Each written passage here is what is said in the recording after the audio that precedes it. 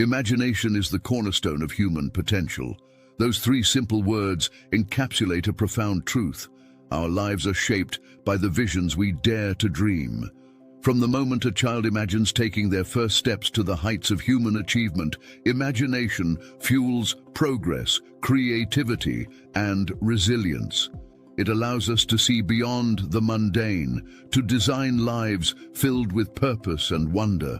However, like any powerful tool, imagination must be harnessed with care. It can lead to clarity or confusion, simplicity or complexity. The key lies in using it to create lives that reflect authenticity, not shadows of societal stereotypes. Whether shaping our family dynamics, refining our work, or enriching our leisure, imagination unlocks the potential for deeper meaning and fulfillment. Famed innovators like Thomas Edison recognized imagination as an inexhaustible resource, fueled by curiosity and information. They understood that to create something extraordinary, one must question, learn, and challenge the status quo. Imagination isn't just a fleeting spark. It's a disciplined practice, a lens through which we can perceive the world not as it is, but as it could be. In a world crowded with distractions, imagination offers us a compass. Are we following paths shaped by convention, or are we daring to chart our unique course? The choice is ours. Imagination is everything. I can't remember who wrote those three words in that order, but it seems he summed up it all. Imagination is everything. Our lives will reflect the way we use our imagination. The child imagines himself walking like the adults he sees above him. As soon as he can walk, he wants to run. As we reach successive plateaus in life, we begin to imagine ourselves reaching the next one. And thus our imaginations lead us on from one idea to another through every day and every year of our lives. But if we're not careful, our imaginations can lead us into mazes of confused complications from which we may find it difficult to extricate ourselves. So it's a good idea, as we use our imagination, to always strive for simplicity, to avoid the complicated. Remember the three main departments of living: family, how we spend our days, work and leisure, and income. If we're wise, we'll work toward keeping each as uncomplicated as possible, as interesting and as rewarding as possible, but at the same time simple and straightforward. Are we living the lives we want to live, or are we living stereotyped lives based on phony values? Usually they're a combination of both, a kind of compromise which says surely other people must have some idea of what constitutes the good life. After all, there are so many of them. But when we look closer, we see that they're living shadow lives, as Mumford calls them. In competition, ice skating, you've seen a couple match each other's movements almost perfectly. It's called shadow skating, I believe. They try to match each other's movements so perfectly that each might be the other's shadow. In any sort of neighborhood, you will tend to find people living much the same way. Their homes, landscaping, furnishings, and lives are typified, if by anything at all, by an almost total lack of imagination. Imagination, like anything else, needs fuel for production. You can't have something from nothing. Thomas Edison said, "I'm a sponge. I want to know the answer to everything." With his great lifetime inventory of information, he could assemble an incredible array of new combinations and permutations. Electric light is a combination of elements, and so is any good idea, or any bad idea for that matter. Most of us make the mistake of not asking why. Why do I live here, in this house, rather than in some other house? Why this life instead of another life? Why this work instead of other work? Why these rewards instead of others? Now, this doesn't mean we'll change anything necessarily, but at least we'll be living lives that have been examined and found to be to our personal liking. We'll know that we're not living the lives we're living simply because they reflect and are pretty much composite copies of the lives we see about us. There should be, to my way of thinking, deep main currents in our lives. Our family lives, our work and our leisure, and our rewards in the form of income. Our family lives should be good and richly satisfying. What is our input here? How are we using our imaginations to bring meaning, charm, and love to our family relationships? It's an ongoing process that should become richer and more meaningful with the passing of time. As we grow older, we should come to love each other more, instead of it being the other way around. Imagination can bring this about, making allowances for unmanageable neuroses or even psychoses that may crop up. I've often thought of producing appointment calendars with weekly reminders that we should think of something interesting to do for those we love, to let them know we don't take them for granted. A dinner out, a weekend trip, flowers, a card, a phone call, a gift, maybe nothing more than a big hug and the words, "I love you very much." The 5 most important words in the language when arranged in that order. Or planning a really interesting vacation 6 or 8 months in advance, instead of waiting until the last minute and finding yourself with nothing very interesting to do. How about your home? Is it what you want? H.L. Mencken once commented that the average home is a house of horrors and doesn't reflect poor taste so much as it reflects no taste at all. People tend to order their steaks medium, and their homes and lives the same way. Medium rhymes with tedium. The family is the most important part of the life of most of us. What good is accomplishment if there's no one with whom to share it? What good is anything if there's no one with whom to share it? And since the family is first in importance, it represents a fertile field for the imagination, not just for the woman in the family, but for the man, and hopefully the kids as well. Family creative thinking sessions are a lot of fun, and a never-ending source of good ideas. Check every idea for basic simplicity. Avoid complication whenever possible. Next, imagination as it applies to the way we spend our days, our work, and our leisure. Let's take them in order. No matter what it is we want, if it's within the realm of reality, we can get it through imagination applied to our work. Nothing now being done by man is being done the way it can and will be. Everything will be done much better. Not can be, will be. Whether it's the result of our applied imagination or not. People who resist change in their work are impediments to progress, yet the first words the new person on the job usually hears are, "Now this is the way it's done around here." A business leader made the comment that if we're doing anything this year the way it was done last year, we're obsolete. Now that's an extreme generalization, but deserves careful attention. In most things it's true. Now while getting new ideas in business is usually the best way to guarantee unpopularity, it's still the only way to renewal and growth. People resist new ideas, from the top to the bottom of an organization, especially if it's an older organization. Championing a new idea is a lonely business. But if you believe it's a good idea, if your research causes you to believe it will be of significant benefit, and the costs and disruption necessary to test the idea are not completely out of line with its ultimate benefits, then fight it through. Do it as diplomatically as you can, make as few enemies as possible, but fight it through if you believe in it. The object of management is not to be loved by the people in the organization. It's to make things happen most profitably for all concerned, particularly the customer. People historically have stood in the way of virtually every good idea, and especially if it isn't theirs. Your good ideas can lead to your dismissal from an organization. But ideas are more important than a job. With good ideas, you have independence. There's always a way to succeed. A friend of mine found he couldn't get his ideas through the board of directors. He resigned, and beginning at about the age of 60, he built a $300 million a year business on his rejected ideas. Walt Disney used to ask 10 people what they thought of a new idea. If they were unanimous in their rejection of it, he would begin working on it immediately. Our world today consists of thousands of things people once thought were impossible. How many good ideas have you followed through to completion in your work during the past year?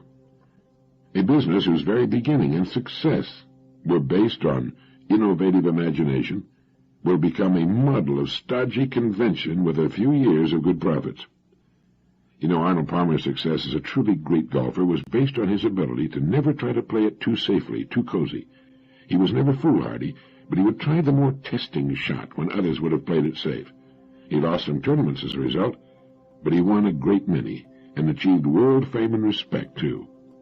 There's much to be said for the conservation of assets, but it should be remembered that they tend to slow you down and put more emphasis on saving what you've got than on building for the future. Of course, there's a happy balance between conservation and innovation that should never be lost sight of. Ask yourself, what business am I in?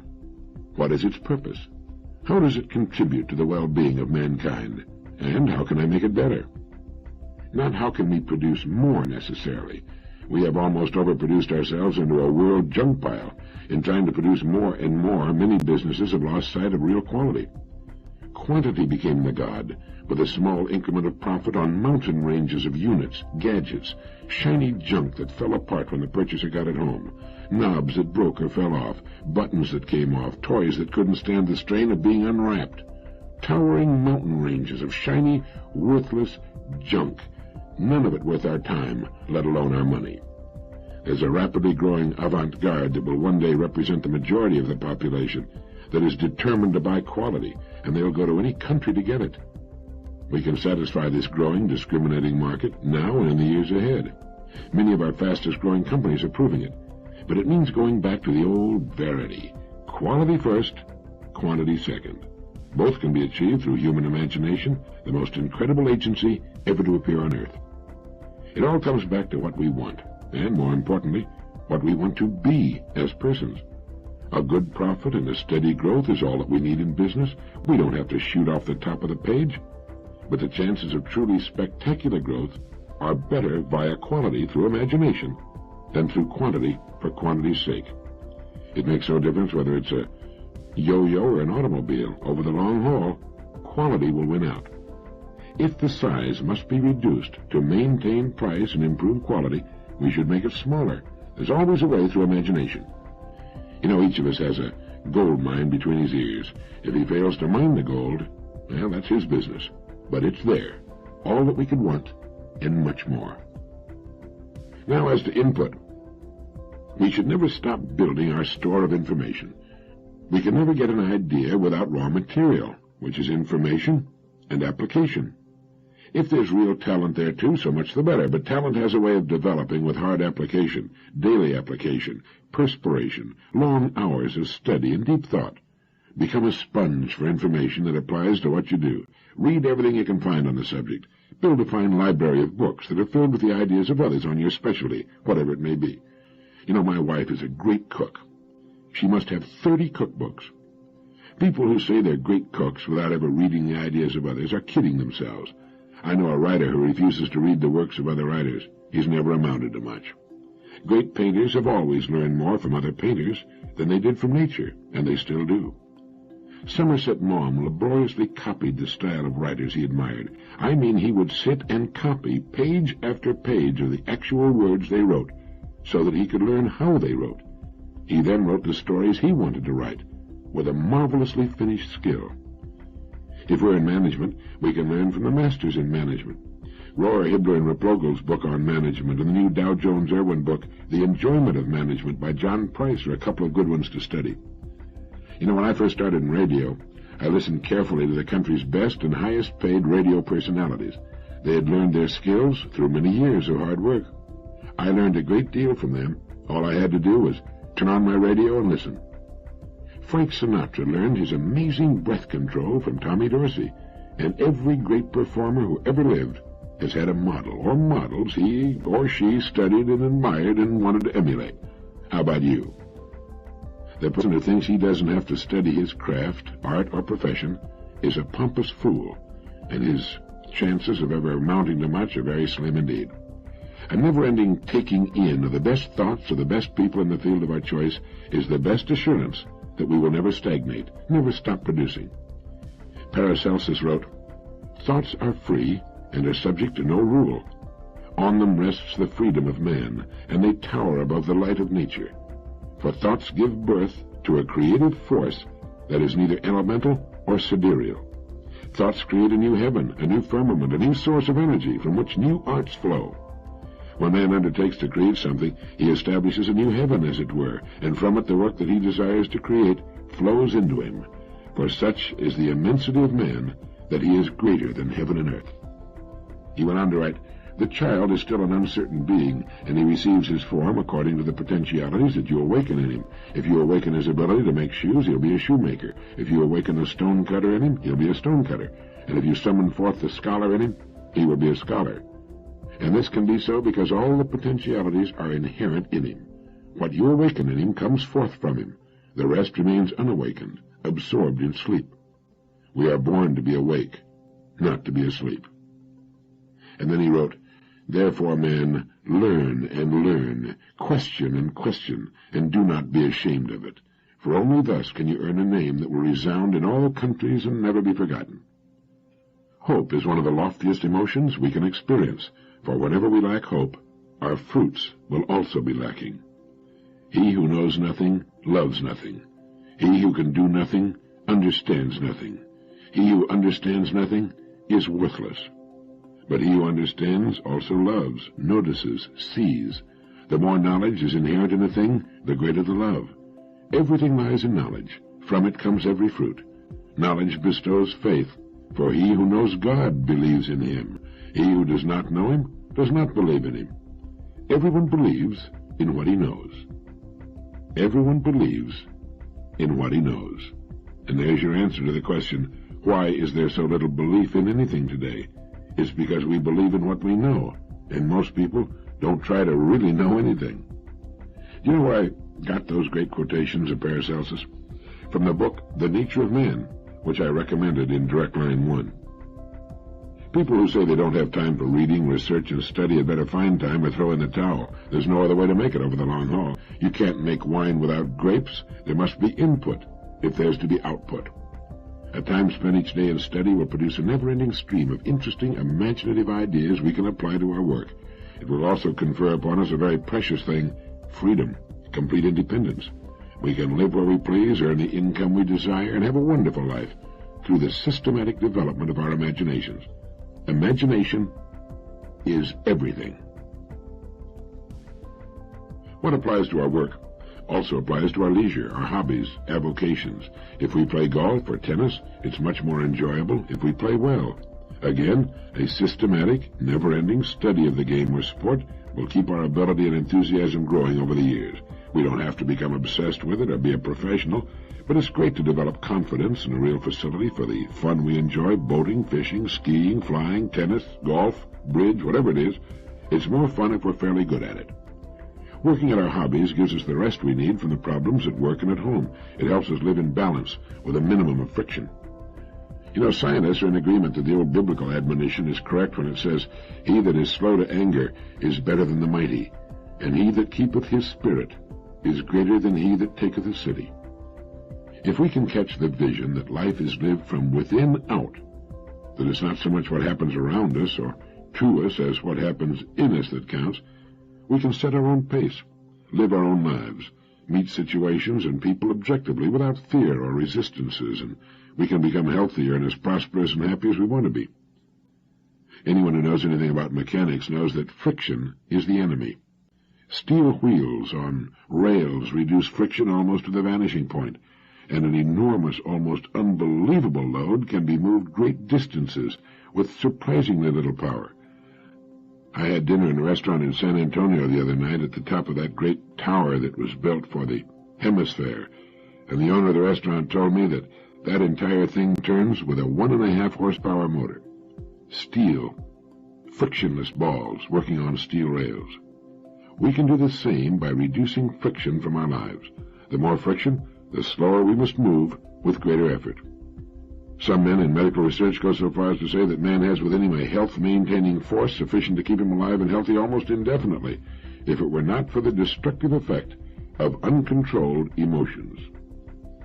As James Allen wrote, "The calm man, having learned how to govern himself, knows how to adapt himself to others, and they in turn reverence his strength and feel they can learn from him and rely upon him." In all the departments of living, developing calmness, serenity, is worth any effort. It typifies the great person, the true professional. It takes daily practice, especially if we're not a naturally calm or phlegmatic kind of person. The calm person moves ahead. People just naturally look to him for leadership, especially when things aren't going as they should. But not enough has been said about the contributions calmness makes to good health. Good health in man, as it is in all living things, is the natural state. The body has fail-safe mechanisms that automatically go to work whenever good health is threatened.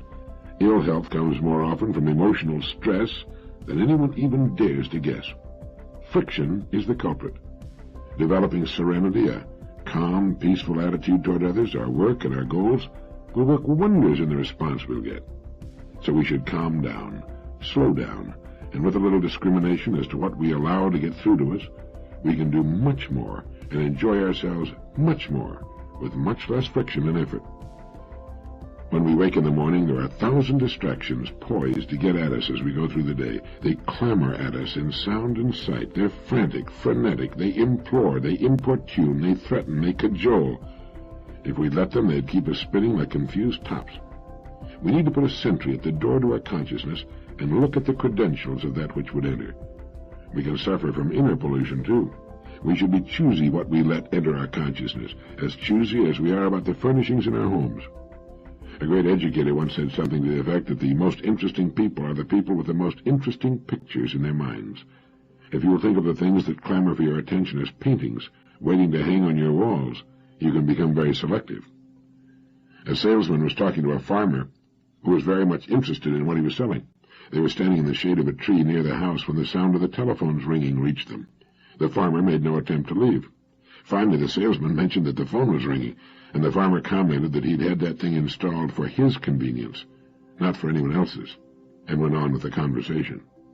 There is a way to restore charm and interest to our lives, and it seems to be to cut down on the number of things we let engage our attention and make certain that what does get through is good. I had the good fortune to be raised near a harbor. As a kid, I used to spend hours down on the docks watching the ships loading and unloading. They'd bring in cargoes from the distant and romantic ports all over the world, and I used to stand there with a faraway look in my eyes, envying those sailors who were so fortunate. They traveled over the distant horizon to places I could only imagine or read about in my geography books. I hung around so much that some of the mates and skippers finally recognized me and actually invited me on board. I guess you can imagine the heaven that was for me. They'd take me from the engine room to the forecastle and find the place I liked best, the navigation bridge. The bridge had the best view, but more than that, it was there that the ship was controlled and steered into all those distant places I dreamed of. Once I was even invited to lunch. I didn't get over that for months. It's strange how something like that can have such an overwhelming fascination for a youngster and exert such an influence over his life. As soon as I was old enough, I was on a ship, and I sailed to quite a few of those distant deep-water ports. No matter how long the trip, I never got tired of sailing and watching the sea in all its different moods. Entering a distant port, even if I'd been there before, was always a brand-new thrill. Over the years, I've tried to figure out why I like ships so much, and I believe I've come up with the answer. Ships operate during their entire lives the way we should, but so few do. Maybe you've never thought much about it, but at any given moment, a ship is 100% successful. That is, it's either sailing to a predetermined port of call, or it's in port getting ready to sail to another one. A ship owner is smart. He knows a ship can only reach one port of call at a time. You never see any doubt or confusion, or trying to do more than one thing at a time. You can climb up to the navigation bridge of a big far-sailing ship and ask the captain where he's going, and he'll tell you instantly and in one sentence. How many people do you know who can do the same thing? It seems that most people want so many different things, most of which they're not really sure of, that they're like the guy who jumped on the horse and rode off in all directions at once. What they ought to do is recognize the truth and success of a ship. Pick one port that's important. Sail to it. Then rest and refit for a little while, then sail to another important port. In this way, in not too many years, a man can set and reach his goals one by one until finally he's got a tremendous pile of accomplishments in which he can take pride. He's got all the things he wants, just because he had sense enough to realize he could only do well one thing at a time. There's one other point that fits in here, and maybe it's the most important of all. If a ship tied up to a dock, for some reason had no place to go, it would stay there until it fell apart from rust and disuse. Ships don't start their engines until they have some place to go, and here again it's the same with men. This is why it's so important that each of us have a port of call we want to reach, a goal, a place to get to that we feel will be better than the place in which we now find ourselves. If we don't, well, we might never cast off. We might never know the thrill of sailing a pre-charted course to a place we can't see for fully 99% of the journey. But we know it's there, and we know that if we keep sailing toward it, we'll reach it. You see, ships have a way of reaching their ports. If someone came up to you today and asked you what your next port of call is, that is, where you're going, could you answer him in one sentence like the captain could on the bridge of his ship? If not, maybe you'd better give it some thought. As soon as I was able and had the time to devote to it, I got a boat of my own. I find it to be a wonderfully restful hobby. With a good boat, you can own a home anywhere on Earth. Since 76% of the Earth's surface is covered by water, there are few places you can't go if you happen to love boats as I do. With our little ship, we have a home in Florida, the Bahamas, the Virgin Islands, the Grenadines, South America, Central America, or Mexico.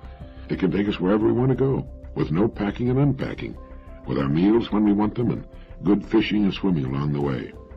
And as Dana wrote back in 1830 in the American classic 2 years before the mast, a ship is like a lady's watch, always out of repair. So you're never at a loss for something to do.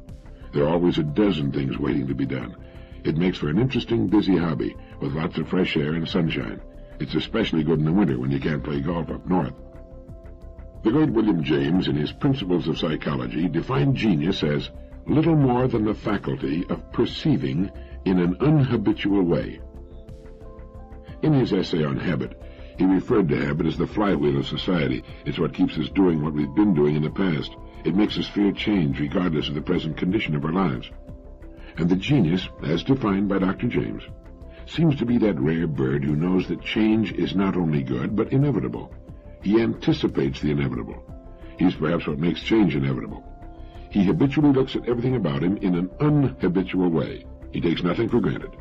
He knows that whatever he sees that is made by man or served by man is imperfect, is always in a state of evolving. Let me give you a good example. A friend of mine was looking for a site for a large luxury motel. He was in no hurry and spent months in a certain West Coast city looking for the site that would probably best guarantee a good return on the considerable amount of money he was going to invest and borrow. He found the perfect site. It was near a large university and at the confluence of 5 main roads, one of which was a heavily traveled highway. It was also within the city limits, which would mean a large local trade for the restaurant. There was only one hitch. On the site was an old brick building, an old manufacturing concern, still in business.